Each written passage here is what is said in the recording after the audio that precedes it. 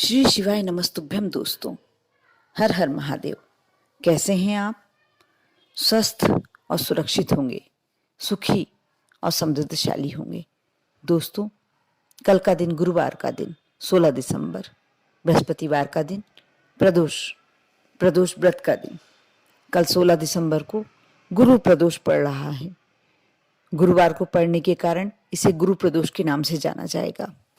आज मैं अपने इस वीडियो के माध्यम से प्रदोष के दिन ऐसे कौन से उपाय किए जाएं जो आपके लिए बहुत ही फलदायक हों, सारी समस्या आपके जीवन की समाप्त हो जाए, माँ लक्ष्मी की कृपा होने लगे, आपके घर से गरीबी दरिद्रता एकदम दूर चली जाए।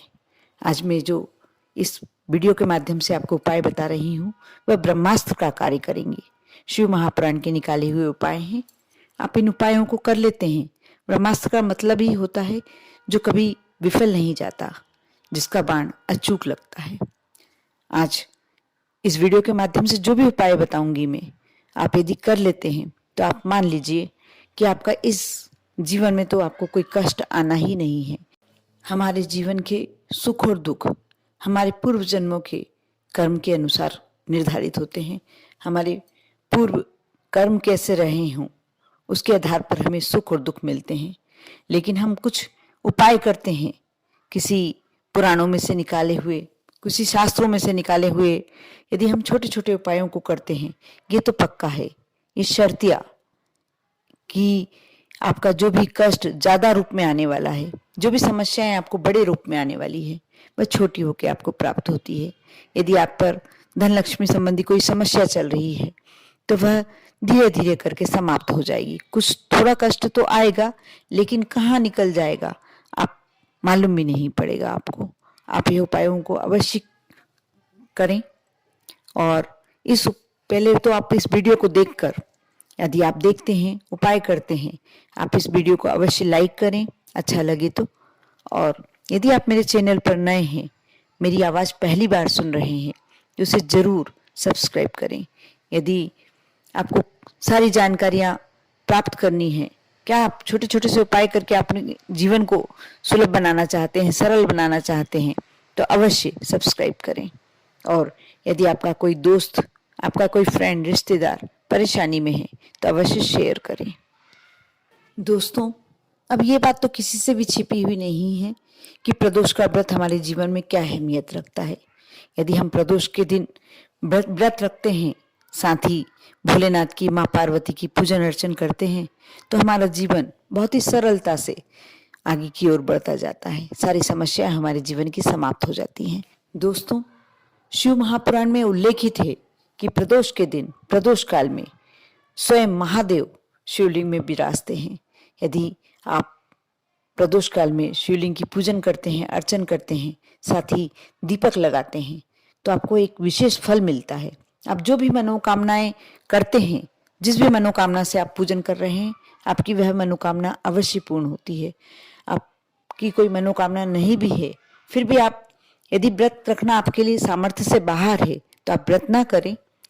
आप कोशिश करें, व्रत भी ऐसे कर सकते हैं आप कि सुबह के समय आप फलियार ले लें और शाम को प्रदोष काल में भगवान भोलेनाथ की पूजन करके, शिवलिंग की पूजन करके आप भोजन कर सकते हैं।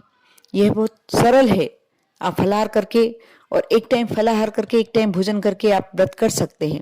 यदि नहीं करना चाहें तो आप सिर्फ दर्शन कर लेते हैं, पूजन कर लेते हैं, यही आपके लिए बहुत महत्वपूर्ण होता है। दोस्तों, यहाँ तक कि शिव महापुराण में यह भी उल्लेखित है, ये स्वयं मैंने पढ़ा है, कि महादेव का यदि आप दर्शन मात्र कर लेते हैं रात्रि के पहले पहर प्रदोष के दिन, तो आपको जो भी आपकी समस्याएं हैं जीवन में, आपके लिए खुशियां ही खुशियां आ जाती हैं। आपके जीवन में कोई भी समस्याएं नहीं रहती। दोस्तों, यदि आप प्रदोष के दिन रात्रि के पहले पहर यदि मंदिर जाकर भोलेनाथ के शिवलिंग के दर्शन करते हैं तो बहुत ही अच्छा, बहुत ही उत्तम फल होता है। यदि नहीं भी कर पाते हैं, यदि आपके घर में भी भोलेनाथ का शिवलिंग विराजमान है, तो आप वहीं दर्शन करें, आप वहीं विनती करें। आपकी संपूर्ण मनोकामनाएं, आपकी जो भी मनोकामनाएं हैं वह पूर्ण हो जाएंगी। आपके जीवन को एक नई खुशी मिलने लगेगी, नया उड़ान मिलने लगेगी। आप अवश्य कोशिश करके देखें। आप जो भी कार्य करें श्रद्धा के साथ और भक्ति के साथ, साथ ही विश्वास के साथ अवश्य करें, क्योंकि बिना श्रद्धा, बिना भक्ति, बिना विश्वास के कुछ भी संभव नहीं है। दोस्तों, आप में से मुझे से किसी ने प्रश्न किया था, मैं इस बात के लिए आपसे क्षमा प्रार्थी हूँ। आप लोग मेरे से बहुत प्रश्न करते हैं और मैं बहुत कोशिश भी करती हूँ कि मैं आपके प्रश्नों के पूरे उत्तर दे पाऊँ, लेकिन समय अभाव के कारण मैं आपको नहीं दे पाती हूँ उत्तर। आप में से ही किसी ने प्रश्न किया था कि प्रदोष के दिन हर बार हमें संकल्प लेना चाहिए या नहीं, हम प्रदोष का व्रत करते हैं तो कितने करने चाहिए। मैं आपको इस बात के लिए बता दूं कि आपको संकल्प तो आप जो भी व्रत करते हैं, आप यदि संकल्प छोड़ते हैं तो वह व्रत आपका पूर्ण माना जाता है।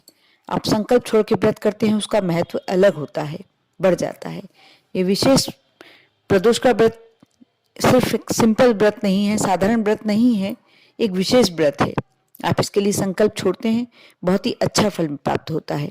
यदि नहीं छोड़ पाते हैं तो कोई बात नहीं, लेकिन कोशिश अवश्य कीजिए कि संकल्प छोड़ेंगे ज्यादा अच्छा रहेगा। आप 12 व्रत कर सकते हैं, 13 व्रत कर सकते हैं, आप साल भर का जिस महीने से आप व्रत उठाते हैं 26 व्रत भी कर सकते हैं। आप शुक्ल पक्ष के कर रहे हैं, कृष्ण पक्ष के कर रहे हैं या पूरे साल भर के कर रहे हैं, आपको कितने व्रत करना है ये आप पे डिपेंड करता है। आप कोई विशेष, जैसे गुरु प्रदोष, आपको उसमें कुछ प्राप्ति के लिए कर रहे हैं, संतान प्राप्ति के लिए कर रहे हैं, लक्ष्मी प्राप्ति के लिए कर रहे हैं, तो आप गुरु प्रदोष भी कर सकते हैं। आप एक व्रत करके भी छोड़ सकते हैं। जरूरी नहीं है कि आपको 26 व्रत ही करना है, 13 व्रत ही करना है, साल भर ही करना है, ऐसा कोई जरूरी नहीं है। आप एक व्रत भी कर सकते हैं, 5 व्रत भी कर सकते हैं, एक माह का व्रत भी ले सकते हैं, आप जो भी आपकी इच्छा अनुसार। लेकिन मैं वापस आपसे यही कहना चाहूंगी कि आप यदि संकल्प लेके व्रत करते हैं तो एक विशेष फल प्राप्त होता है। आप संकल्प अवश्य लें। संकल्प लेने में कुछ नहीं करना होता है, आप थोड़ा सा रोली, चावल, जल इसको लेके छोड़ लें, संकल्प करें अपना नाम गोत्र बोलकर और संकल्प छोड़ दें कि मैं ये व्रत कर रही हूँ, मेरा ये व्रत पूर्ण हो। ऐसा करके आप संकल्प छोड़ सकते हैं। आप ऐसा करने से आपका वह व्रत पूर्णता को प्राप्त करता है। आप में से किसी का प्रश्न आया था कि कैसे करना चाहिए, तो मैं आपको फिर से बताना चाहूंगी कि आप ब्रह्म मुहूर्त में उठने की कोशिश करें। ब्रह्म मुहूर्त में यदि आप उठते हैं, आप हर रोज नहीं उठते हैं कोई बात नहीं, लेकिन आप कोई विशेष तिथि पर आप प्रदोष व्रत कर रहे हैं, आप ब्रह्म मुहूर्त में आपको उठना चाहिए। आप उठें, स्नान से निपट कर आप जो भी आपकी दैनिक क्रियाएं हैं आप वह कर लें। आप स्नान करने के बाद भगवान भोलेनाथ की पूजन की तैयारी करें। जो शिवलिंग के अभिषेक में यदि आप कर सकते हैं तो अभिषेक अवश्य करें। प्रदोष के दिन आप जो भी सामग्री लगती है आपको सभी को मालूम है, कच्चा दूध, घी, दही, बेलपत्र, शमी पत्र। आप ये बात का अवश्य ध्यान रखें कि बेलपत्री आपको किसी भी प्रदोष, सोमवार या द्वादशी तिथि वगैरह को नहीं तोड़ना चाहिए। आप कोशिश करें, कोशिश के आपको करना ही होगा। आप पहले दिन बेलपत्र तोड़कर रख लें और शमी पत्र वगैरह तोड़कर साफ करके रख लें। आपको खंडित बेलपत्र नहीं लेना है। थोड़े से चावल, उन्हें भी आप अखंडित अवस्था में लें। जो खंडित नहीं हो, अक्षत, अक्षत का मतलब ही होता है जो खंडित ना हो, आप ले लें और शिवलिंग पर, शिवलिंग के शिवालय में जाकर आप भगवान भोलेनाथ की विधि विधान से पूरा अभिषेक करें, पूजन करें, दीपक लगाएं, जो भी आपकी मनोकामनाएं आप कहकर और वापस आ जाएं। आपको इस संशय में नहीं रहना है कि आप यदि व्रत नहीं कर पा रहे हैं तो मेरा कार्य पूर्ण होगा कि नहीं, मेरी मनोकामना पूर्ण होगी कि नहीं। व्रत करना बहुत जरूरी नहीं है। आपकी यदि शारीरिक क्षमता है तो आप करें। आप यदि शारीरिक सक्षम नहीं है तो आपको बिल्कुल नहीं करना है व्रत। वैसे तो कहा जाता है जो एकादशी का व्रत करता है वो प्रदोष का व्रत करता है, उसके लिए सारे संकट उसके कटते जाते हैं और उसको इस जन्म में ही नहीं, उसको बाद में भी उसका पुण्य अगणित हो जाता है। असंख्य मात्रा में उसका पुण्य बढ़ जाता है। लेकिन यदि आप सक्षम हैं तो करें। मैं बार बार इस बात पे इसलिए जोर दे रही हूँ क्योंकि आजकल शरीर इतने कमजोर हो गए हैं कि व्रत करना हमसे होता नहीं है। मैं स्वयं भी पूजन करने में विश्वास करती हूँ। जो व्रत कर सकती हूँ उस विधि से करती हूँ। फल ले लेती हूँ, फलाहार ले लेती हूँ, तब व्रत करती हूँ। अब मैं आपको जो उपाय बताने जा रही हूँ, ये उपाय बिल्कुल अचूक उपाय है। ब्रह्मास्त्र। ब्रह्मास्त्र क्यों कहा गया है? क्योंकि इस उपाय को करने के बाद आपकी मनोकामनाएं तो अवश्य पूर्ण होने ही वाली हैं। मैंने स्वयं करके देखा है। आज भगवान की कृपा से मेरे पास कोई कमी नहीं है। भोलेनाथ का पूरा पूरा आशीर्वाद मुझे प्राप्त है। इसीलिए मैं आप लोगों से के साथ यह बांटती हूँ, क्योंकि जो चीज मुझे मिली है, जो वस्तु मुझे प्राप्त हुई है, वह आपको भी प्राप्त हो। जो भोलेनाथ का आशीर्वाद मेरे साथ है, उनका हाथ मेरे सर पर है, वैसा आप लोगों के भी सर पर रहे। आप इस बात का अवश्य ध्यान रखें। ये वीडियो देखने के बाद आप कमेंट्स में अवश्य ओम नमः शिवाय या श्री शिवाय नमस्तुभ्यम लिखना ना भूलें। अब मैं आपको उपाय बताने जा रही हूँ। आप शाम की समय प्रदोष काल के लिए मैं बता दूं, मैं कई बार बता चुकी हूँ, फिर से एक बार बता देती हूँ कि प्रदोष काल का मतलब होता है सूर्य अस्त के 45 मिनट पूर्व से लेकर सूर्य अस्त के 45 मिनट बाद तक का काल प्रदोष काल कहलाता है। आप इस समय पूजन करें। वैसे तो प्रदोष के दिन कोई भी समय भगवान भोलेनाथ की पूजन के लिए या भोलेनाथ के मंदिर में प्रवेश करने के लिए निषेध नहीं होता है। आप जा सकते हैं। आप सवा किलो संभव नहीं हो तो सवा पाव चावल ले लें।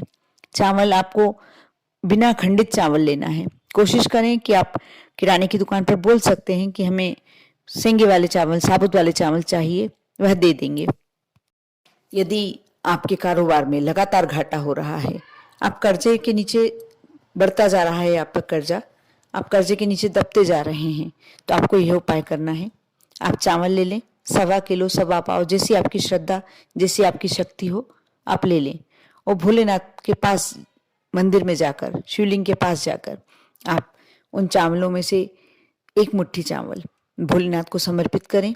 बैठ के हाथ जोड़कर विनती करें और जो भी सिक्का, 1 रुपये का, 2 रुपये का, 10 रुपये का, 5 रुपये का, जो भी सिक्का आप चढ़ाना चाहें वह चढ़ाएं और भगवान भोलेनाथ से विनती करें, एक दीपक लगाएं और कि मेरी सारी समस्याएं दूर हो जाएं।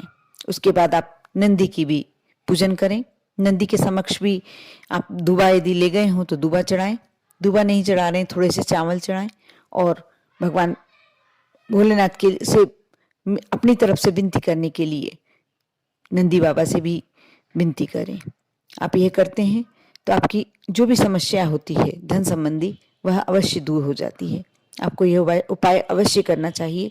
साथ ही यदि कोई पढ़ाई संबंधी प्रॉब्लम है या विवाह संबंधी प्रॉब्लम है, किसी का विवाह नहीं हो रहा है, तो आपको ये दूसरा उपाय कर सकते हैं। आप चने की दाल ले लें।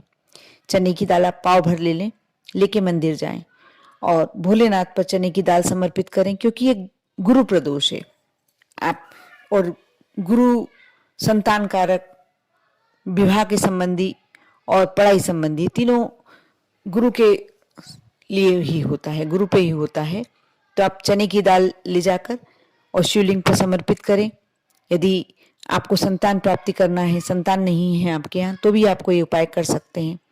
आप भोलेनाथ को समर्पित करें, फिर उसी प्रकार आप विनती करें कि मेरा ये कार्य करना ही है आपको, मैंने आप पे विश्वास किया है और आपको करना ही पड़ेगा। ये करके आप विनती करें। भोलेनाथ के समक्ष विनती करने के बाद आप नंदी बाबा के पास जाएं, नंदी बाबा की पूजन करें। उनके समक्ष भी थोड़ी सी चने की दाल या चावल, जो भी आप चढ़ा रहे हैं, आपको एक बार में एक ही कामना करनी है, एक ही कार्य करें, ज़्यादा उत्तम होगा। आप एक साथ 2 कार्य करते हैं, 2 कामनाएं करते हैं, आप कह सकते हैं, विनती कर सकते हैं, लेकिन उपाय आप चावल का करें या चने की दाल वाला करें। आप एक ही उपाय करें और नंदी बाबा को भी आप जो भी समर्पित कर रहे हैं, चावल या दाल, आप थोड़ा सा समर्पित करें। बचे हुए जो आपके पास चावल या दाल है, आप मंदिर में ब्राह्मण को दे सकते हैं, मंदिर में भी चढ़ा सकते हैं। आप भोलेनाथ के ऊपर जो शिवलिंग पर चढ़ा रहे हैं, वो सिर्फ आपको एक मुट्ठी चढ़ाना है, थोड़े से नंदी बाबा के समक्ष चढ़ाना है। बाकी आप कहीं भी दान कर सकते हैं, किसी जरूरतमंद को, किसी गरीब को या किसी ब्राह्मण को। आप किसी को भी जिसकी प्रति आपकी श्रद्धा हो, आप उसे दे सकते हैं। आप विनती करें, नंदी बाबा के समक्ष भी बैठ के विनती करें।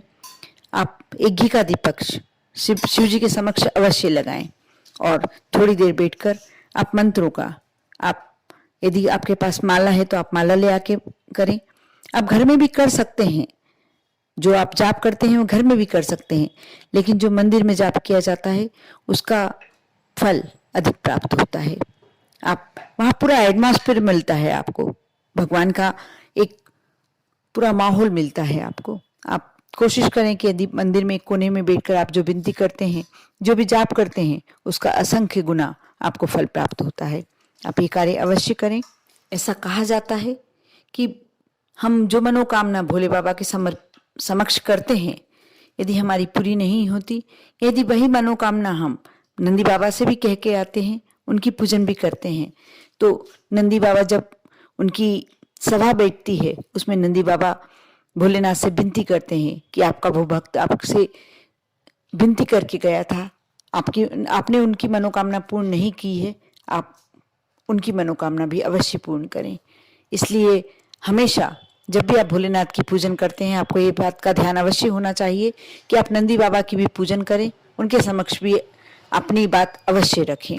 आप कोशिश कीजिए, आप भोलेनाथ की पूजन के साथ साथ श्री गणेश, माता पार्वती का पूजन भी अवश्य करें। कार्तिकेय और अशोक सुंदरी वाले स्थान पर भी थोड़े से अक्षत अवश्य चढ़ाएं। आप यह करते हैं, आपको अवश्य इसकी फल की प्राप्ति होती है। आप भोलेनाथ की आरती भी अवश्य करें। आपको आवश्यक नहीं है कि आप घी की बत्ती से ही भोलेनाथ की आरती करें। भगवान शिव की आरती कपूर से भी की जाती है और उनकी आरती सिर्फ कर्पूर गौरम करके भी की जा सकती है। आप आरती अवश्य करें और मन से ये आशा लेकर मंदिर से निकलें कि मेरा कार्य पूरा होगा, मेरी मनोकामना अवश्य पूर्ण होगी। आप ये करते हैं तो आपकी मनोकामना पूर्ण होने से कोई नहीं रोक सकता। ये एक ब्रह्मास्त्र का कार्य करेगा। आप अवश्य करें, करके देखें, श्रद्धा रखें, विश्वास रखें और अंत में आप ओम नमः शिवाय का जाप अवश्य करें। जाप करते हुए ही आप मन में जरूरी नहीं है कि मुंह से बोलना है, आपको उसका उच्चारण करना है। आप मन ही मन, प्रदोष के दिन तो आपको कोशिश करना चाहिए, आप जब भी आपको लगे आप मन ही मन ओम नमः शिवाय का या श्री शिवाय नमस्तुभ्यं का जाप अवश्य करते रहें। ये आपके कितने पापों को काट देता है, आपके जीवन से कितनी समस्याओं को हटा देता है, आपको मालूम ही नहीं पड़ता। आप अवश्य करें। आप पर और आपके परिवार पर भोलेनाथ की कृपा हमेशा बनी रहे। ओम नमः शिवाय।